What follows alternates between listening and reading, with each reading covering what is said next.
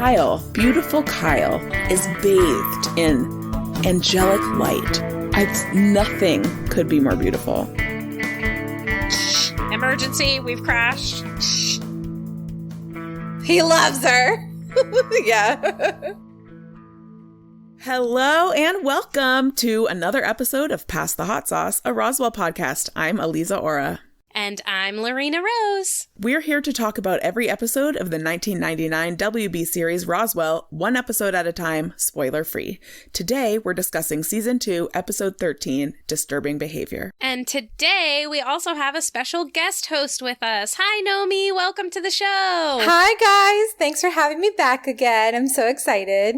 We're so happy to Our have pleasure. you back again. And is this a fan favorite episode for you? Is that why you wanted to be with us for Disturbing Behavior? Yes. So, this has a lot of candy stuff, and you guys know that I'm a big candy fan. And in general, I just love the Hybrid Chronicles arc. I think it has a lot of Michael and Marie in it, and it's good writing, and it's a good story arc. I really like it. Yes, me too. This is my favorite segment of season 2 and possibly of the whole series. Yes. So let's get a little more information about Disturbing Behavior. According to our IMDb description, this is the one where Laurie breaks away from custody and reluctantly goes with Michael and Maria. They end up at her grandfather's house in Tucson, where her aunt and uncle show her very little love. Meanwhile, Max enlists Liz's help to investigate the blue crystal that Michael found at Laurie's burial site. Valenti grows even more suspicious of Sorensen when he attacks Valenti in a momentary fit of rage, and Valenti convinces FBI agent Duff to investigate Sorensen further, and she discovers an interesting pattern in his travel. So our description this week really just told us exactly what is going to happen in this episode. Oh my god. Every single part of the episode, scene by scene. Yeah. So we just don't need to record the rest of this episode, right? Thanks for joining us today for this episode of Pass the Hot Sauce. No, we're still gonna talk about it. Also, I think it was a little generous when it said that Laurie's aunt and uncle show her little love. Yeah. That's Right. no, they are complete and total assholes. Yeah. Yep. So this episode was developed by Jason Katims, and the script was written by Ronald D. Moore, who wrote 10 episodes of Roswell, so we've seen his name before, and we are gonna see his name again. And this episode was directed by James Whitmore Jr., who wrote 9 episodes of the series and also served as an executive producer for the show. And we've got some new special guest stars in this episode. We've got Laurie's aunt and uncle. Laurie's Aunt Meredith is played by Heidi Swedberg, who Aliza you may recognize because she was in 2 episodes of ER. Yeah, I thought she looked familiar. Yep, she was in tons of stuff. She was also in an episode of Gilmore Girls and lots of various other shows. Dennis Christopher plays Laurie's Uncle Bobby, and he was also in 3 episodes of Angel, among many other TV series of the 90s and 2000s. Is he a lawyer or something? Probably. But these are the other WB series that these actors appeared in, because if you get hired for one WB series, you get hired for all the WB series, right? Yeah. Yeah. Well, let's dive into talking about this episode then, friends. We start this episode on the roof of the cheese shop. Yeah.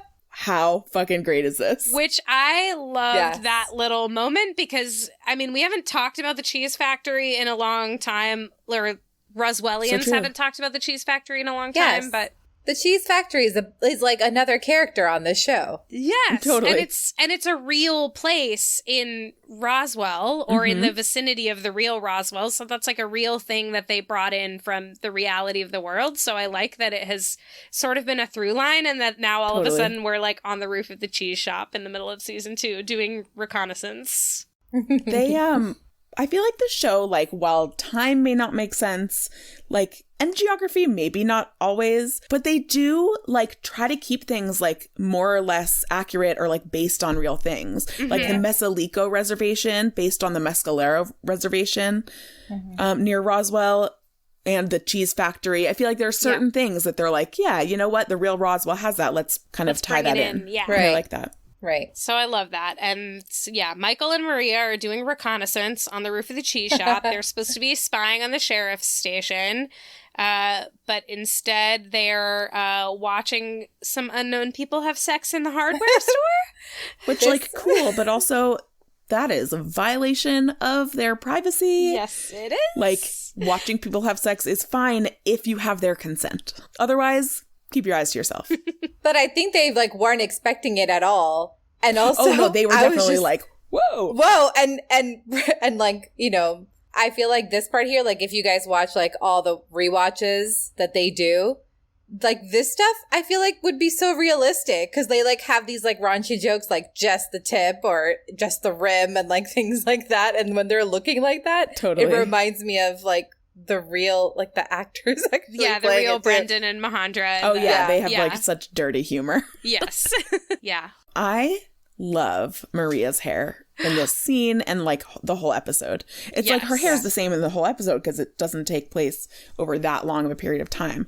The like intense waves, so beautiful. I have that note too, not in this part, but once they start driving the car a little later, my note is literally, Maria's hair looks so amazing in this whole episode. She looks great. I like the curly hair on her. It works well for her. In my notes I wrote, Maria's wavy hair is dreamy. Yes. Aww. It's a really good way for them to blend out the extensions, too. Yeah. Yes. And a lot of fans, like, who write fan fiction stuff, they talk about this hairstyle to the T and describe it. Like waterfall curls, like all that. Like beautiful. In the face. It's beautiful. Yeah. And then while we're watching them supposed to be spying on the sheriff's department, we get to cut inside the sheriff's department where there is a full-on FBI interrogation going on with poor Laurie Dupree, who is like had so much happen to her already. Recently, and now she's getting traumatized. Yeah, interrogated by Agent Duff. Yeah. Who's she's kind of trying to be nice cop about it, but like, she's like, I'm sending you back to Pinecrest. But like, how does she know that that's what she wants and that that's like something she would want to hear? Right. Yeah. I mean, I guess maybe she feels safe there, but assumably she escaped from there, or did she get kidnapped from there by whoever?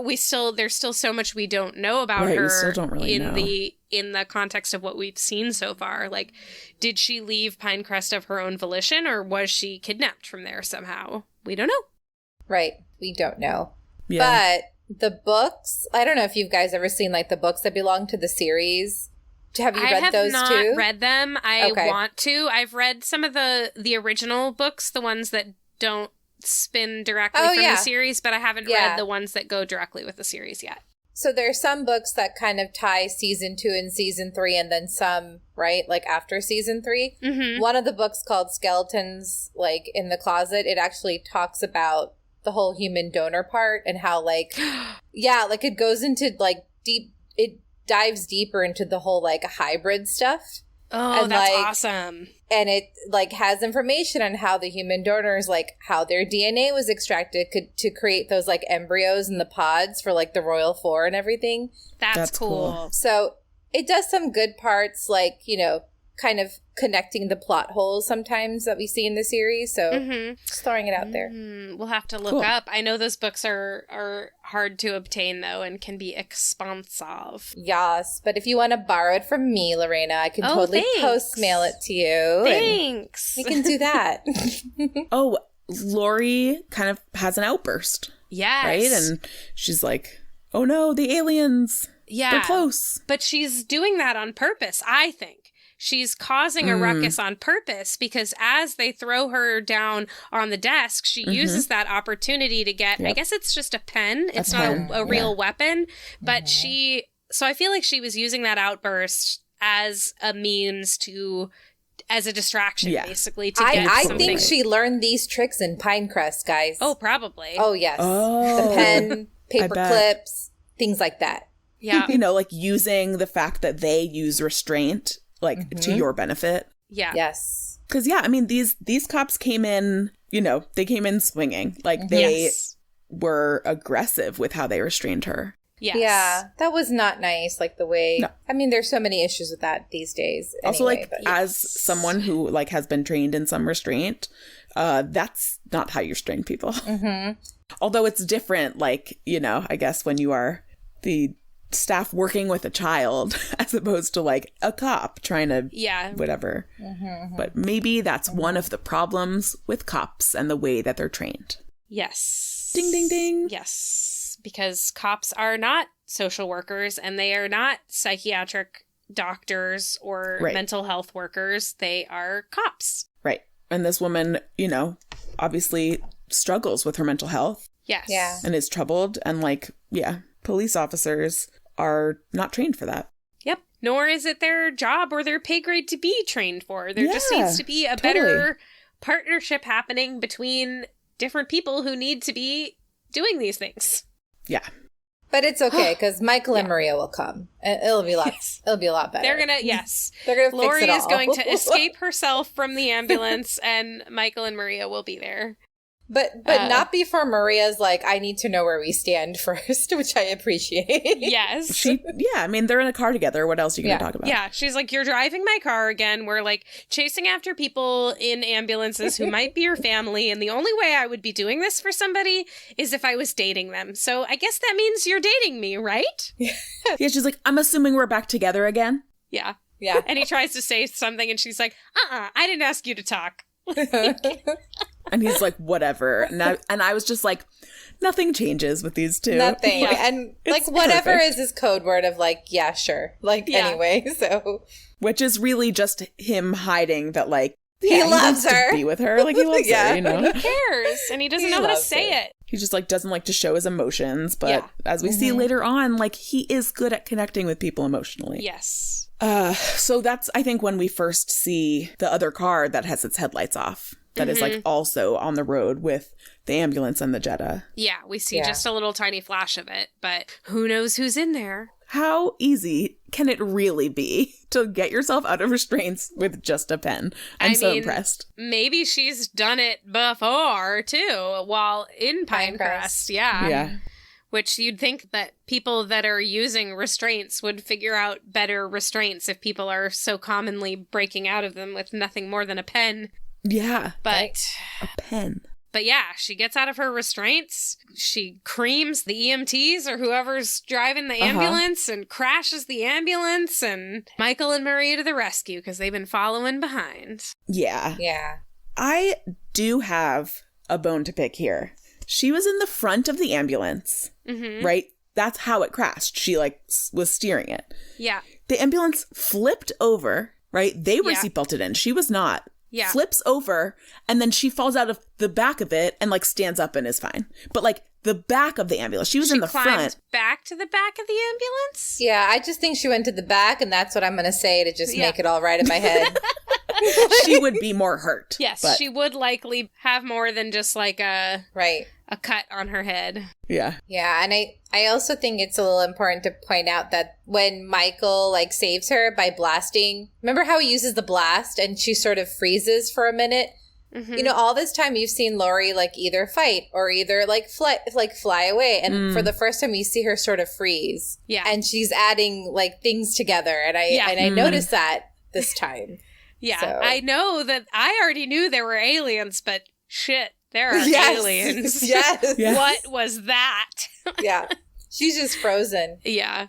Yeah. But yeah, so somebody is shooting at them. Michael uses his powers. They get away. As they should. Michael's powers, like, way to go, Michael. He's so good at them now. He blew up a fucking car. Yeah. He's getting so much more focused with his powers. I mean, in this case, we probably kind of wish there was a casualty. Would have been, would have been better if he had managed to get whoever was firing at them. But you know what else would have been good? If someone had called 911 for the ambulance that flipped and the EMTs that were still in there. Yeah. Maybe they did and we don't see it. Maybe they did and we just didn't see it. Yeah. Yeah. I hope they did. Yeah, because if Laurie survived, I think they did too, and they were able to call someone. It's just what I'm going to think as well. No, they probably got up. They were fine. Yep. They would have radios in the car, right? That they could, emergency, we've crashed. Yeah. Over. Just like that, LaRena. Just like that. Roger. Like, that's how those things work, right? So then we have the credits. Our wonderful Dido serenades us. And at the Evans, they're watching the news. Yeah, they're kind of simultaneously watching the news and seeing what's going on with that crash and talking on the phone with Michael. To figure out what's going on, and that they have Laurie. She's safe. Laurie is damaging the car, which I love. I love Maria's like side view mirror, $100, like visor, $15, $100, like, not including labor. Yeah. She's so sassy about it. I love Maria. Always so sassy. So Michael says that they're 30 miles west of Dexter. Dexter is, the real Dexter, New Mexico, is 25 minutes outside of Roswell to the southeast. Totally reasonable that they would be there. There's pretty much nothing 30 miles west of Dexter. Like, literally, I couldn't even see any town names. There was, like, nothing there. But, like, there are roads. Like, maybe they're there. Yeah. No highways, well, that though. checks out. They're kind of in the middle of nowhere, so... To go from Dexter to Tucson, even, you have to, like, go up to Roswell and first and over, because there just, like, aren't highways that go there. Yeah. I'm not surprised. I also may have looked up the cost of replacing a mirror on a Jetta.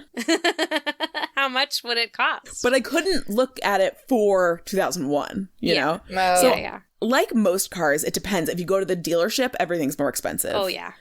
Because it would be like a Jetta part. But online, I saw that part for anywhere from like $40 to $90. Okay. Well. So like, no, you do not have to pay $100, labor not included.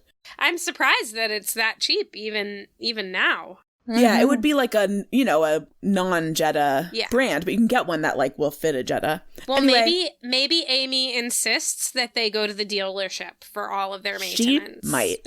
I feel like even Maria is very much like, I have a Jetta, the mirror will be a Jetta. Yeah. You think? She seems awfully attached to her Jetta. I see Maria. I mean, we saw her with those pearl earrings. She likes the finer things in life. And if she has a Jetta, all her parts are going to be Jetta parts. It's funny because I think of Amy as being like the opposite, that Amy would be like, oh, yeah, just, tape on whatever mirror. Right.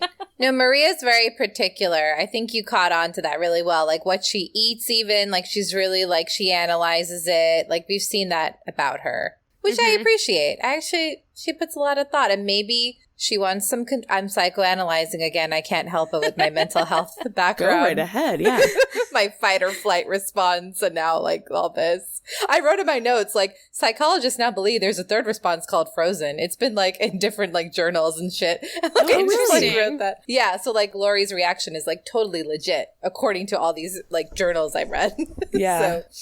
But I think her mom has just that hippie... we see it too, like her mom has that hippie background, right? Like, so she is very carefree. And I think with being a single parent, Maria had to step up a lot. We see it with Kyle too in this episode as we go into it, they have a little bit more of control and they're a little bit more particular than their parents are. Yeah, probably in an effort to take control in a situation where they have felt like there wasn't enough control and enough parenting going on. Exactly. Yeah, that is like a common trope. You see it around. Yeah. So back at the Evans, we see more of what they're talking about on the news. And the reporter says, an abandoned stolen vehicle was found, blah, blah, blah, blah, blah. She didn't mention that it had been blown up. Yeah, that's very true. You would think that would be relevant. Right. A blown up, abandoned, stolen vehicle? Well, I guess, of course, it's going to be abandoned if it's been blown up. But yeah, the blown up part seems more important to me than that there are no people with it. Yeah. Right. They could say blown up, but it appears that there was no one inside. And then, it's been abandoned. But like, an explosion you think like would be important, worth talking about. Yeah. Right. On the news. Yeah. And speaking of Kyle not having enough control and parental control in his household, we cut over to the Valenti house where Jim has decided to set up a woodworking shop in the middle of the house. Oh my God. They're like not in the garage or anything because you can see like the wallpaper of the living room like around like in the living room. He's literally dragged his tools into the living room and set up a woodworking shop. Yeah, like a full table saw. Yeah. Yeah. And Kyle sees the paperwork that Jim is getting sued, which is no good. And he doesn't talk to Kyle about it. I feel for Kyle here. He's like hurting. He's confused. Yeah. Also, I wrote side note, Tess is also having a very nice hair day as well. Yeah. I liked her hair. Yes. You know who's not, though? Jim Valenti. Oh, yeah. No, he's very... Oh, no. But he can't have a good hair day because he's having a bad... Yeah, he's having a bad day. He's in a dark place. Yeah. I feel like Lisa would love that he's got some scruff going on. That's right. Lisa loves him. I wrote, like, Lisa, what do you think? We have to ask her. You know when Max is talking to Isabel about the whole, like, the blue... What is it? Gandarium. Yeah. So when Isabel is like, you need to go ask Liz. She's the one who's better at science than you are. I love that part. And then also there's actually a replica of that, or I guess someone made that. And it's actually going to be, it's offered right now at the B&T raffle. Ah, that's awesome. And I think it's being bid for, though, if I'm not. I think it's one of the items you're bidding for. Yeah. So people can bid on it. And I think they've updated the Indigo website saying the highest bid for that so far. Yeah, right now it's sitting at $400. Oh, is it? Last time I looked, it was still only in the 100s, and I was like, do I need a Gandarium crystal in my life? And for those of you who are listeners who aren't familiar with B&T, we've talked about it a little bit before, but Mahendra Delfino and Brendan Fair, who played Maria and Michael in the TV series, they are working on a pilot episode of a new TV series that Mahendra wrote, which is called Baron and DeLuca, B&T for short. And at this point, it has not been picked up by a network, and they've decided to go through with the pilot anyway. So they've been a really awesome Indiegogo fundraiser. There's all sorts of perks and awesome things that you can get for very little donation to help them raise money to film the pilot. It's a super cool project. The trailers that they filmed for it look super awesome. It's going to be an amazing TV show. So if you are big fans of Candy, Maria and Michael from the TV series, you definitely want to check it out. Hell yeah. And we're going to have a bonus episode coming out soon over here on our Pass the Hot Sauce feed that's going to be all about Baron and DeLuca and all of the stuff that's going on with the fundraising for that. So stay tuned for that in our feed soon if you are interested in getting more information on that awesome TV show that's going to be coming up. So, yeah, Isabel does tell him, go ask your smarter lab partner. Your science partner, yeah. And he's like, I don't want to involve her. She's already involved. Deciding yet again what she has a right to know. Yeah. It's like, it's so annoying. Yeah. They just, annoying. Yeah. I feel like every other episode, it's like, oh, I want to be together. Oh, we can't be together. Oh, I want to be together. We can't be together. Remember when Lisa predicted they would be back together by the end of the first episode of the season? And we're now on episode 13 and they still aren't back together. It's right. They are so hot and cold. But it's not as fun to me as Michael and Maria. So it's like, sorry to those dreamers out there. Because people take the standing of this show very seriously, but I just... Yeah. No, I've always been more interested in Maria and Michael's relationship than Max and Liz's. And I'm just like, just get back together already. You just, you have goo-goo eyes for each other, and then you, try and stay away from each other. Just get back together already. And I'm not a fan of Sean, so, just get back together already. I love Sean. I love Sean. I think he's cute. I'm sorry, but I love him. No, I don't like him with Liz, though, but, I like him. Yeah. I like him. He's so cute. I just want people to be happy with the person they're supposed to be with. I know that doesn't make for good TV. Whatever. You're so canon. You're so canon. So then at the crash down, who is it? Liz, Alex, and Isabel? Yeah. Yes, and I thought this was unusual because Isabel went to Liz, which we don't really see the two of them. Mm-hmm. She's sort of fed up with Max, too, what you guys were saying. And she's going out even to reach out to Liz, I feel like. So Max loves to do this thing where he, decides for other people, whether they should be involved in something. And it's let her decide. Yes. And I know that's because he's, quote unquote, the leader and the king.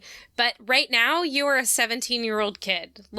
Your friends can help you. Lean on them. You don't older have to, and smarter. Yeah, you don't have to take all of this on yourself. You have people around you. You are not a king right now, buddy.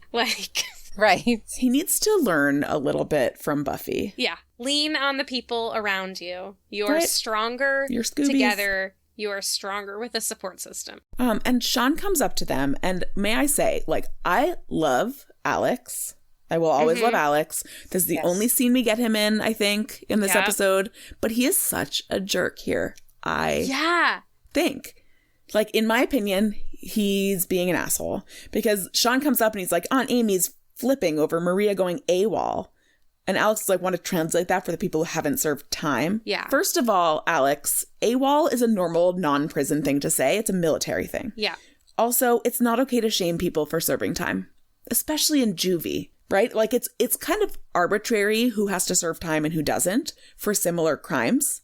We know that generally race plays a role, probably not in this case, but also he was a fucking teenager. Like, give him a chance to grow up and learn and redeem himself. Anybody deserves that chance.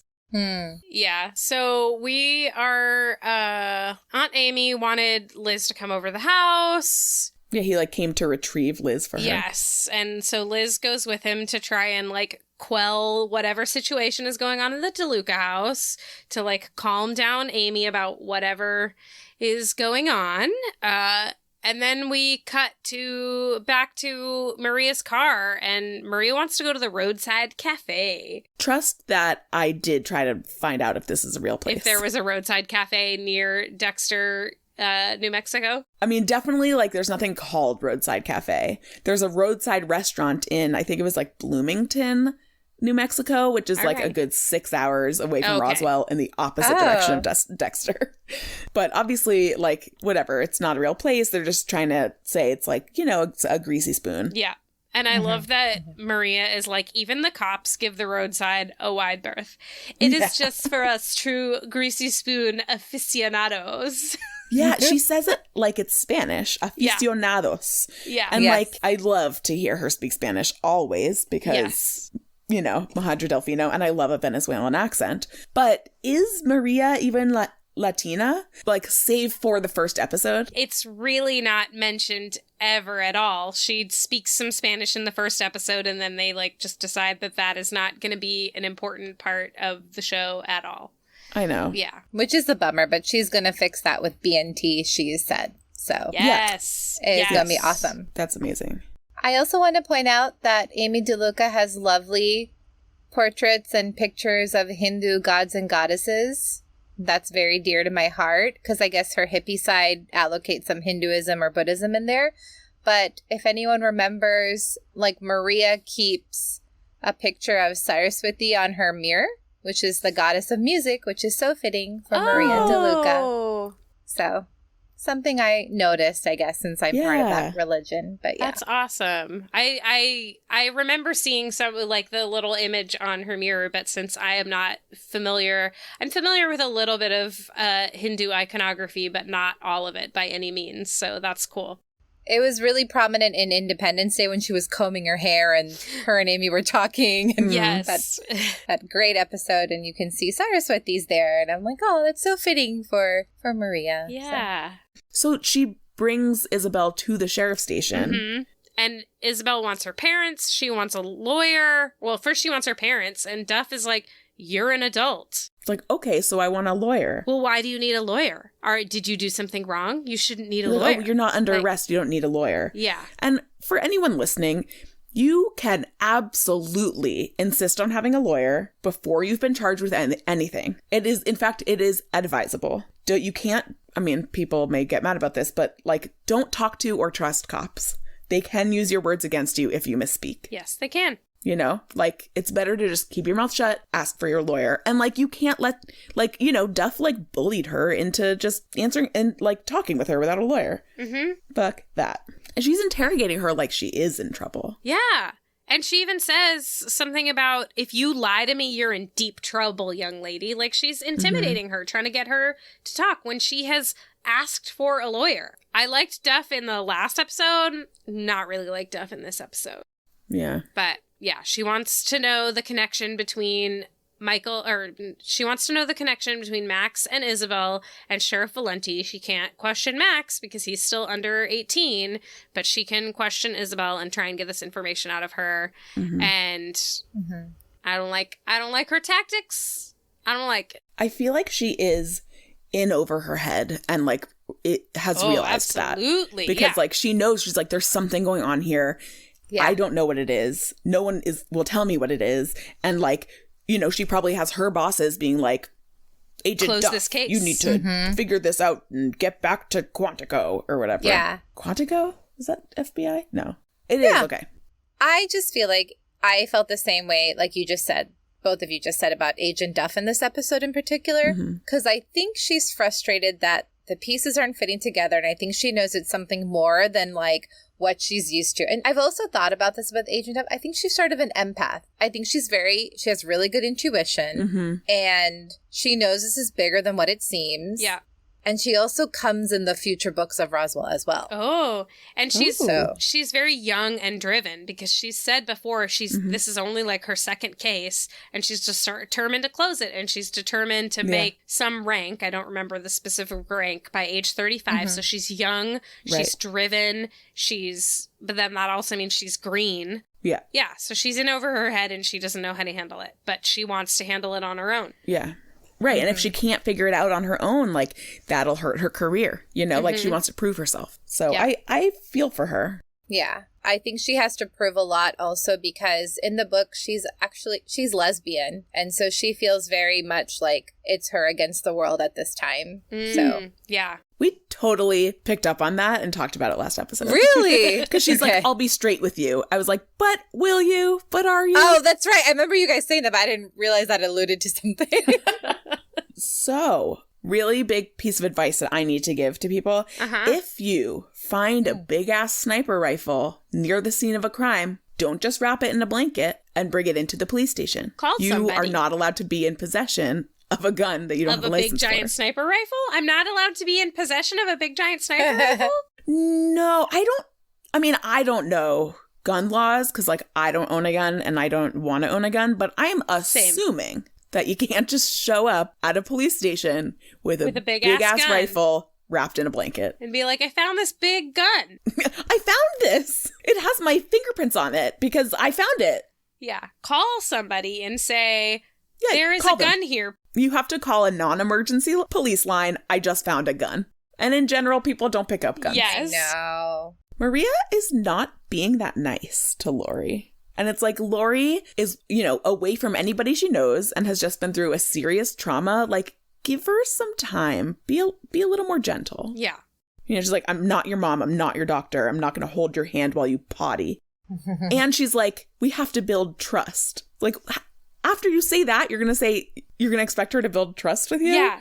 And then she implies that, like, no one cares about her and they're the only ones here to help her. No. And it's definitely like, she's in a mood. Ashley says she's hangry. Yes. But that's probably it. Yeah, I was going to say, because she's in a mood. It's not about Laurie. She's in a mood because she also yells, can we get some service or what? Yeah. Right. She's hangry. Just what Ashley said. That's totally what it is. As someone who is a waitress, you would think that she would not yell something like that.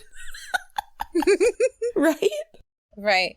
Maybe she's like, people yell at me like this all the time and no one's really in here.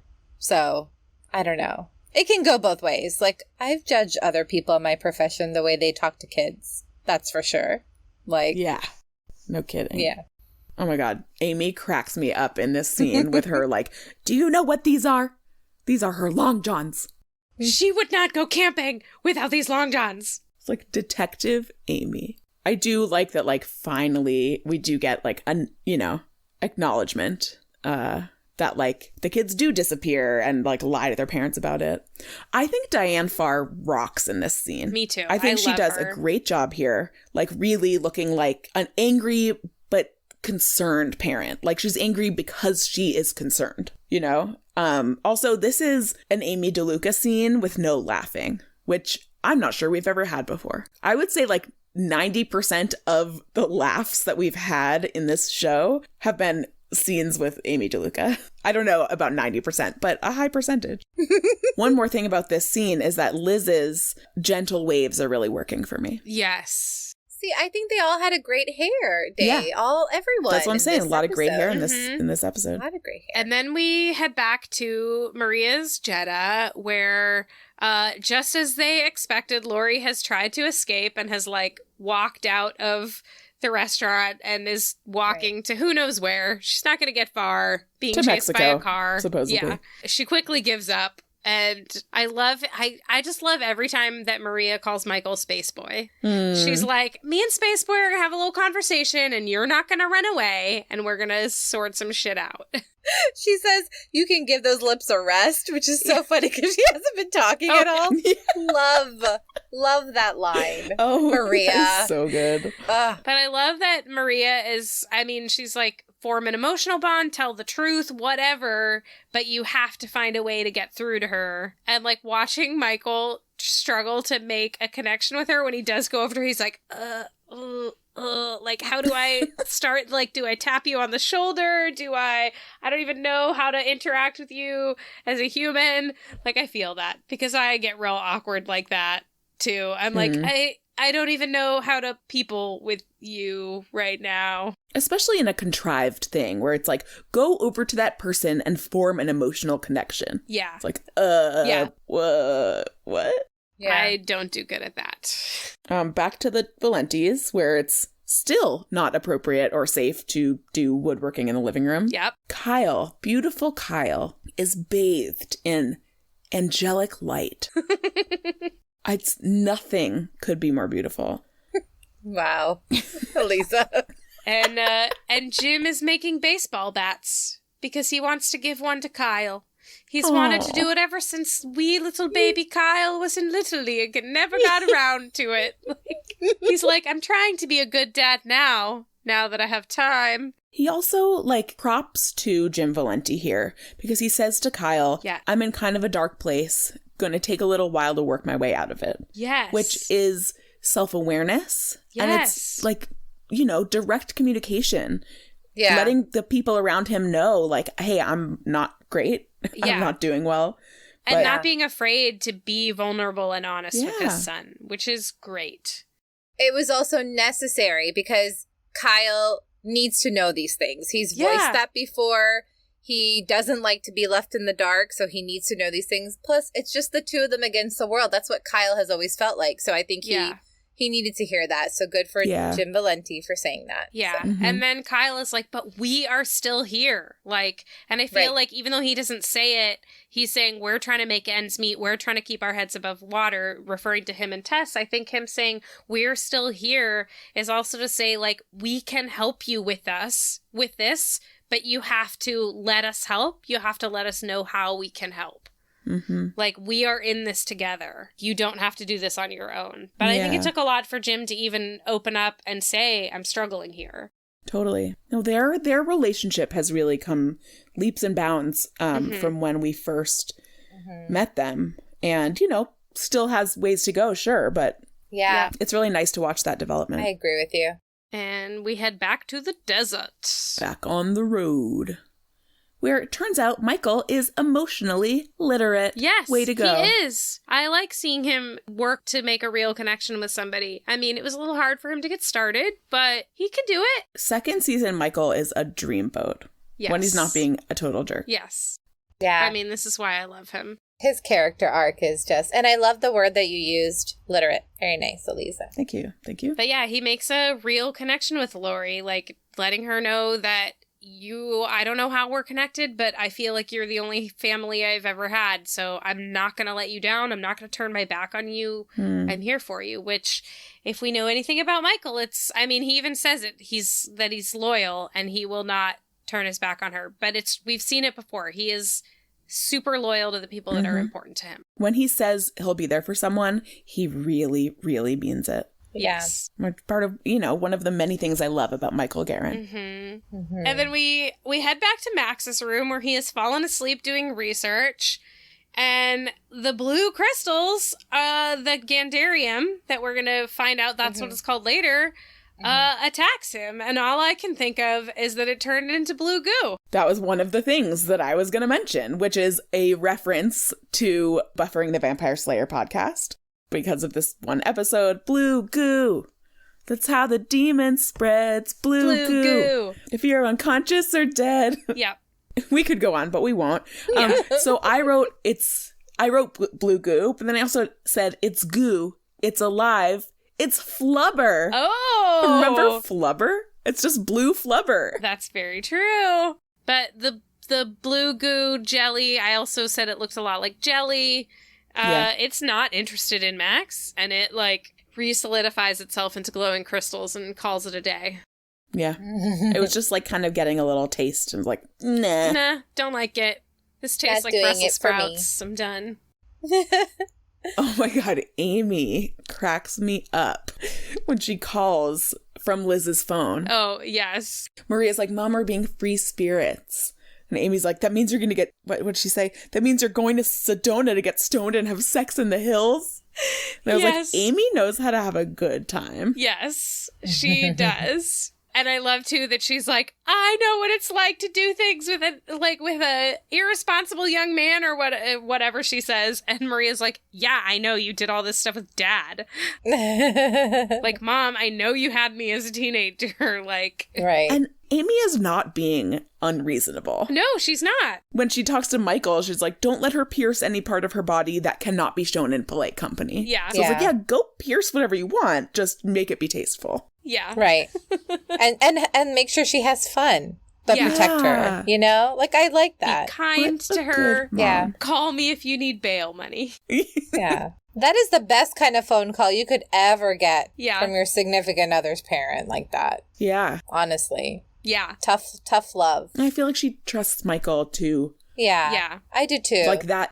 He will, to the best of his ability, you know? Yeah. And then Sean here, he wants Amy to call the cops on Michael. Sean, who has been locked up by law enforcement. Yeah. Right. And calls Michael shady. Yeah. As that is the reason. And Liz goes, look who's talking.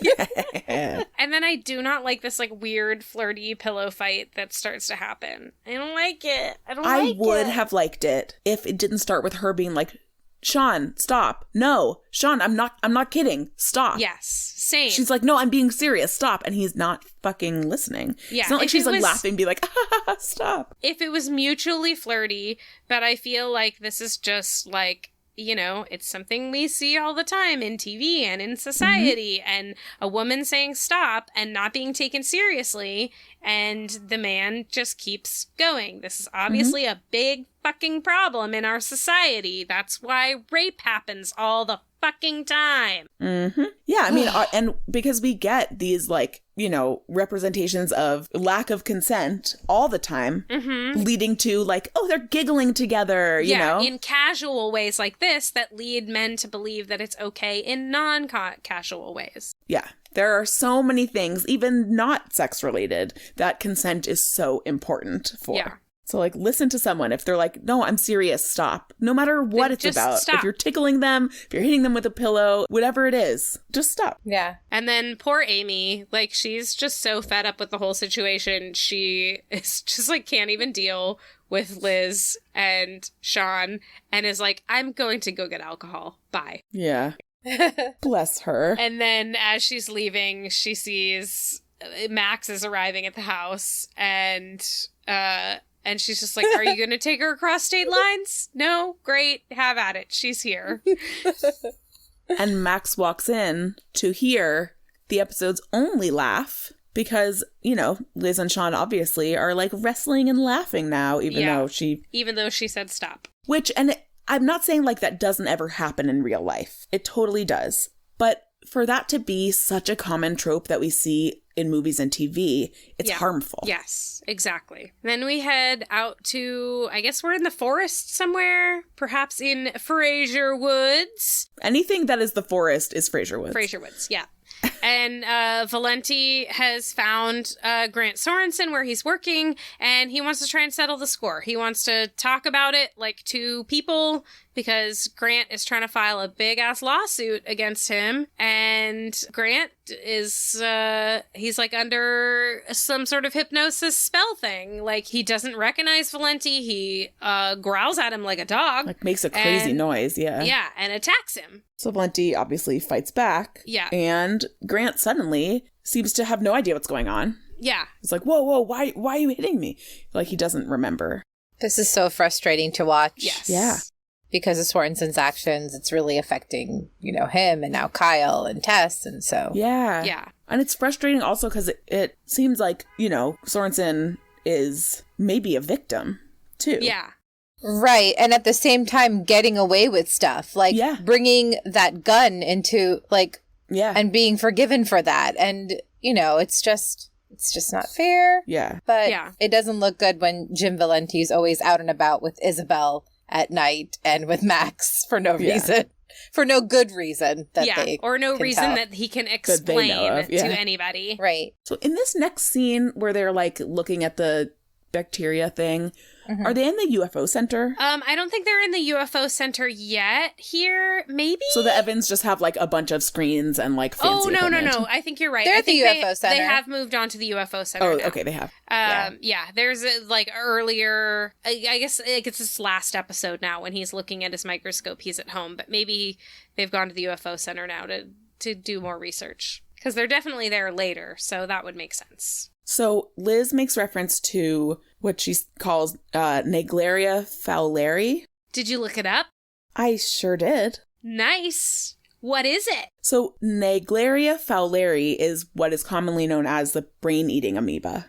Oh. Okay, which... Yeah, I've heard of that. Doesn't eat brains, and I think technically is not an amoeba, but a lot of places I looked did call it an amoeba. It causes primary amoebic meningoencephalitis, which is a devastating thing. It has a 97% fatality rate, but it's super rare. It does happen by the bacteria, you're swimming and it goes up your nose, but it's super rare. It can't survive in salt water, and it's very sensitive to chlorine. So chlorine will kill it. Yeah, pools, it can't live in pools. Municipal water sources generally are treated with enough chlorine that it kills it. And it's super, super rare to get it, but it's pretty serious and scary. Wow, Roswell did a lot of background then, picking the right type of bacteria for this. They really did their research, like you did. All those characteristics. Yeah. And so they talked about how it didn't react to Valenti or Max. So it's not it's just didn't want him because he's an alien. Valenti is not an alien either. Yeah. I mean, it didn't want Max. It didn't want Valenti. It's been near various people now and hasn't reacted to any of them except for Laurie or her grave. Mm-hmm. Yeah. We end this episode with a to be continued. So obviously we have a lot of unanswered questions regarding this bacteria and our Gandarium that are going to come up, but they get Isabel involved in this situation. They want her to do some recon with Grant, which we will see in the next scene she does by inviting him out to start over because things got so complicated. Let's just start at the beginning. Tell me all about yourself. I'm a pretty girl with beautiful hair. Tell me all about your life. And it works. Tell me about what you do for work. Fraser Woods. Tell me more. That sounds interesting. Why is Fraser Woods so interesting? And he falls for it hook, line, and sinker. Well done, Isabel. And now we have finally arrived at the Dupree house. Michael and Maria have driven from 30 miles south of Dexter all the way to Tucson, Arizona with Laurie to help her find her grandpa, who she wants to go find. And I love that as they are walking up to the house, she is visibly nervous and Michael grabs her hand as just a show of silent support. It's very sweet. It's very sweet. It shows, he wasn't just saying those nice things to convince her to not run away. Correct. Yeah, he was honest about it. Yeah. Yeah. And she got that. She trusts him now. Yeah. And we have a nice surveillance gargoyles, just God. In Teenage Space Vampires. I was going to say. Which was a mini episode that we did recently. We watched the very interesting 90s made-for-TV movie, Teenage Space Vampires. There were also surveillance gargoyles in that film, protecting aliens. Equally creepy, I would say. Yes. And I thought this gargoyle was creepy before I realized that it had a camera in its mouth. Yeah. So when they go inside, they just, as if the huge mansion and the grounds wasn't enough to let us know how wealthy and like snooty these people are. When we first meet her uncle, he is in horse riding gear. Yes. And when we first meet her aunt, she's like coming down the stairs, like talking about like blah, blah, blah, like in the polo grounds and blah, yes. blah, blah, blah, blah. Oh, we have an event later. Like, I guess there's rich people everywhere, but is there really like that much like culture going on in Tucson?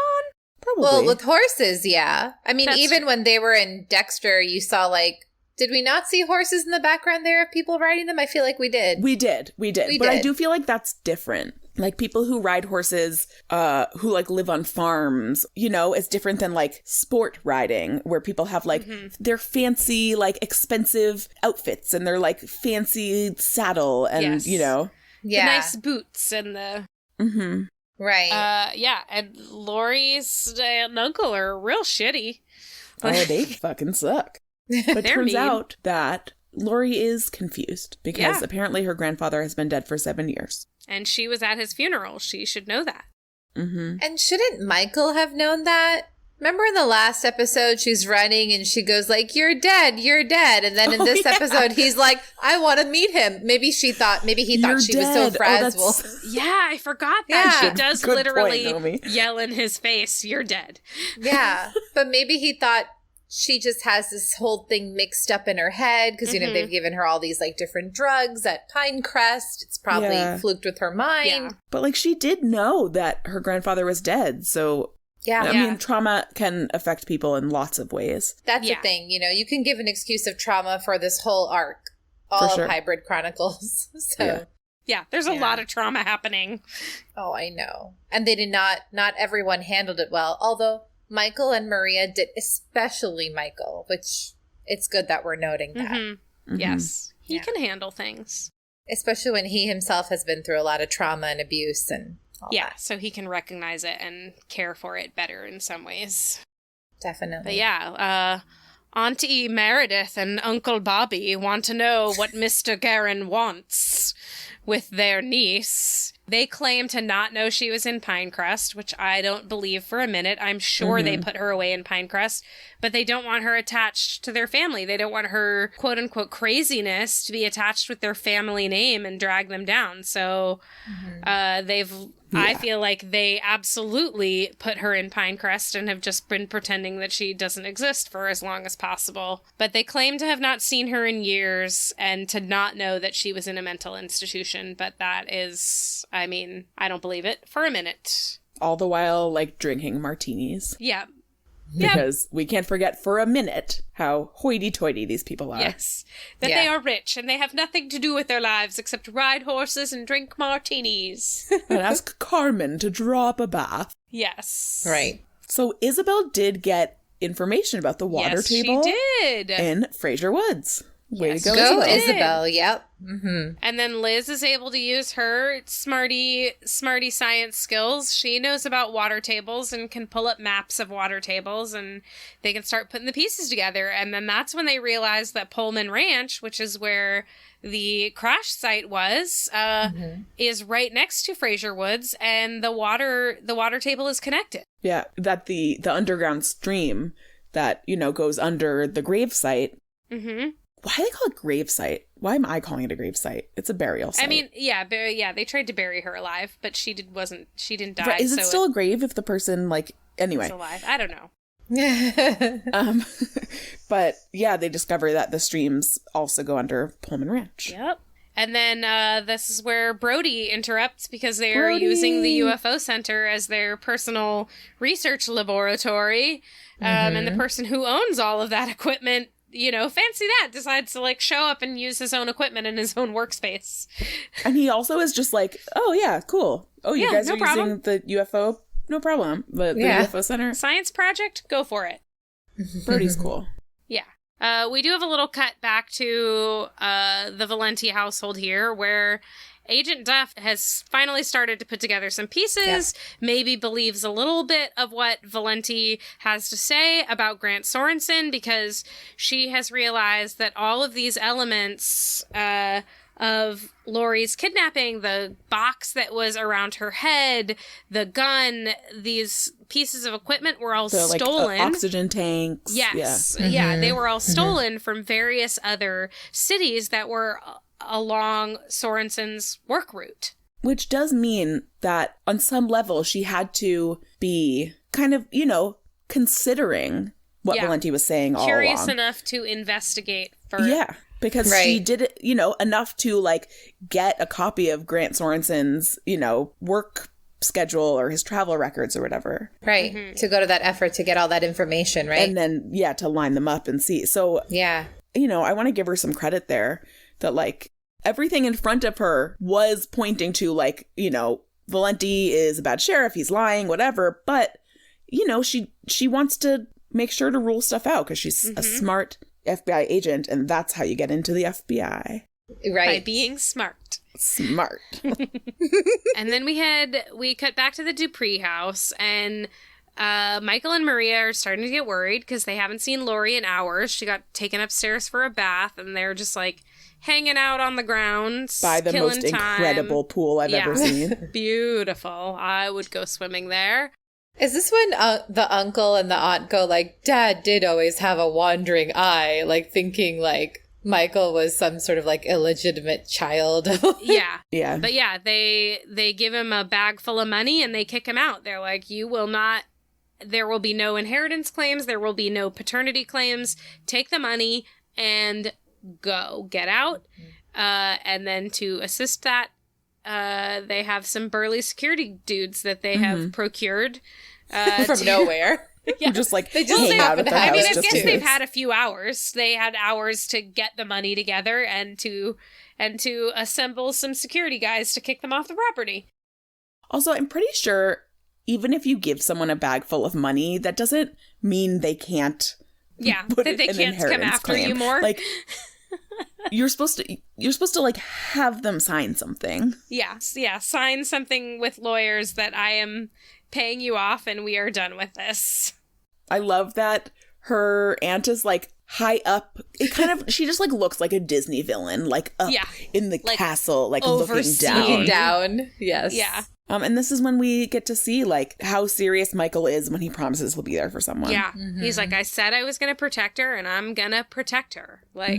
They got kicked out, but he's not done. He's not leaving at all. He didn't even think about leaving. He just knows that he has to help her. Yep.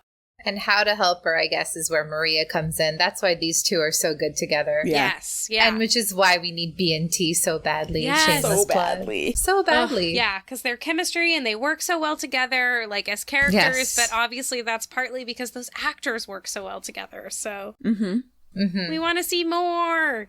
I know. When they have a rewatch and it's over, I'm so excited at the start. I'm quickly saddened at the end because it's over. Yeah.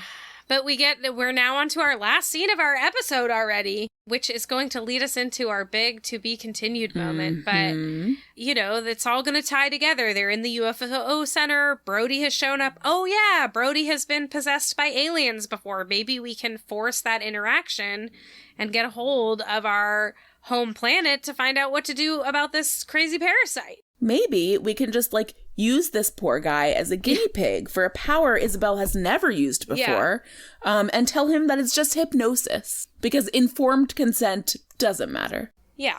Uninformed consent is all that matters. Yeah. Uninformed, not consent to what you're actually doing to him. Gosh. And of course, he and Isabel get thrown across the room. Yeah, it backfires. She tries to make an alien connection and they both get thrown apart.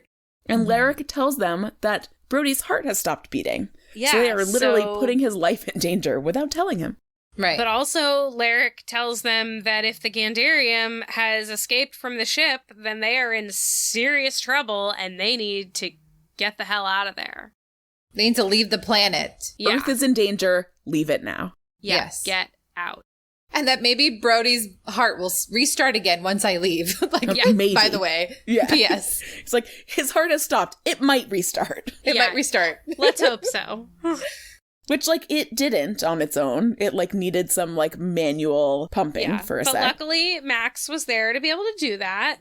Yeah. Also, FYI, if someone needs CPR, you gotta call 911, even if they wake back up. You can't just like do CPR and then like, whoop.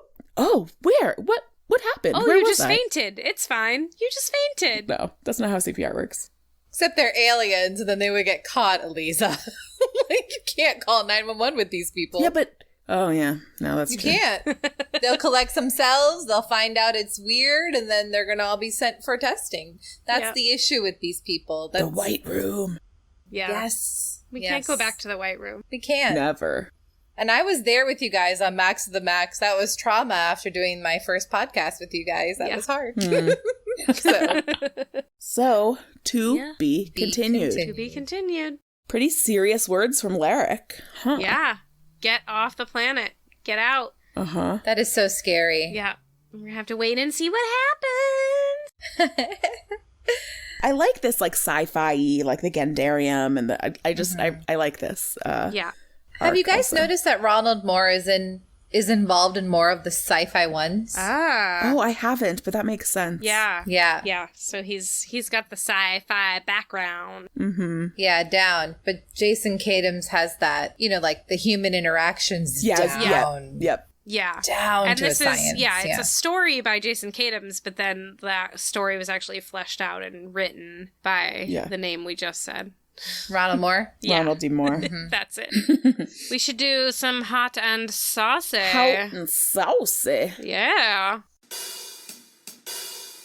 Now let's see who's hot and saucy.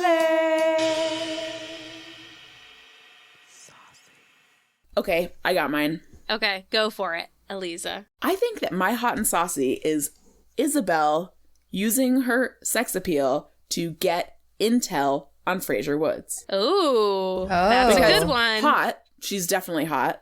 Yeah, and she's saucy always because hot. she's like, I mean, she is being a little conniving. She has an ulterior motive and gets the information that they need. And I can respect that. Yes. In fact, I admire it. So that one is a better choice than my choice. It's not a competition. I know. But I didn't feel particularly hot and saucy about anybody in this episode. So my choice was on sauciness alone, and it has a hard cutoff. So when Maria is telling Laurie, like, I'm not your mommy, I'm not your doctor, go do this stuff on your own, like, right at the beginning, when she's just being a little saucy, she's just being a little bitchy about it, but before she starts getting really mean about it. And definitely before she starts yelling for a waiter to provide service. Yeah. Because I don't like that attitude. What about you, Nomi? What's your pick for hot and saucy?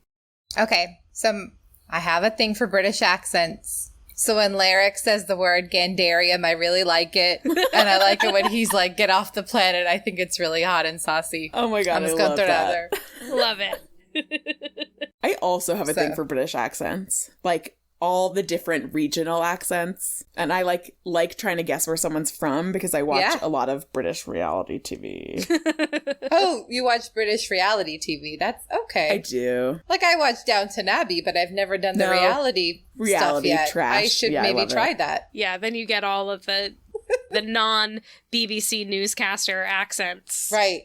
Yeah, and just like different regional ones. Like ones from like, cities up north or like in the center of the country where like you don't hear those accents on like, in movies and stuff. You hear like a posh accent, like a London accent or like. Right. But before we say goodbye, Nomi, is there anything you want to plug or share your socials? All right. So thanks so much, guys, for having me. If you want to know anything about the original Roswell series and also the BNT campaign going on, especially with Indiegogo, please feel free to follow me on Twitter at Roswellback. And also my personal plug account too is my 9 Love Letters 9 account. You can also follow me on Instagram on We Want Roswell Back, and I have 2 Facebook groups that I co-admin, Bring Roswell Back and the Original Roswell Fan Group. Awesome. Thanks so much for being with us today, Nomi. It was so much fun to record with you again. Aw, it's always a blast with you guys. Yeah, we'll definitely have to have you back again in the future. Thank you. Thanks for joining us. We'll be back in 2 weeks on Tuesday, April 6th with Season 2, Episode 14, how the other half lives. You can always follow us on Twitter and Instagram at Roswell Hot Sauce, or find us on Facebook at facebook.com/Roswell Hot Sauce. You can also find show notes, information about us, and all sorts of other good info over at our website, www.roswellhotsauce.com. And we are always happy to receive emails from you with your thoughts about this episode or any episode at roswellhotsauce@gmail.com. Pass the Hot Sauce is produced and edited by Ashley Hullett. Our theme music is by David Belcourt. Our logo was designed by Billy Murray. Until next time, remember... Call me if you need bail money.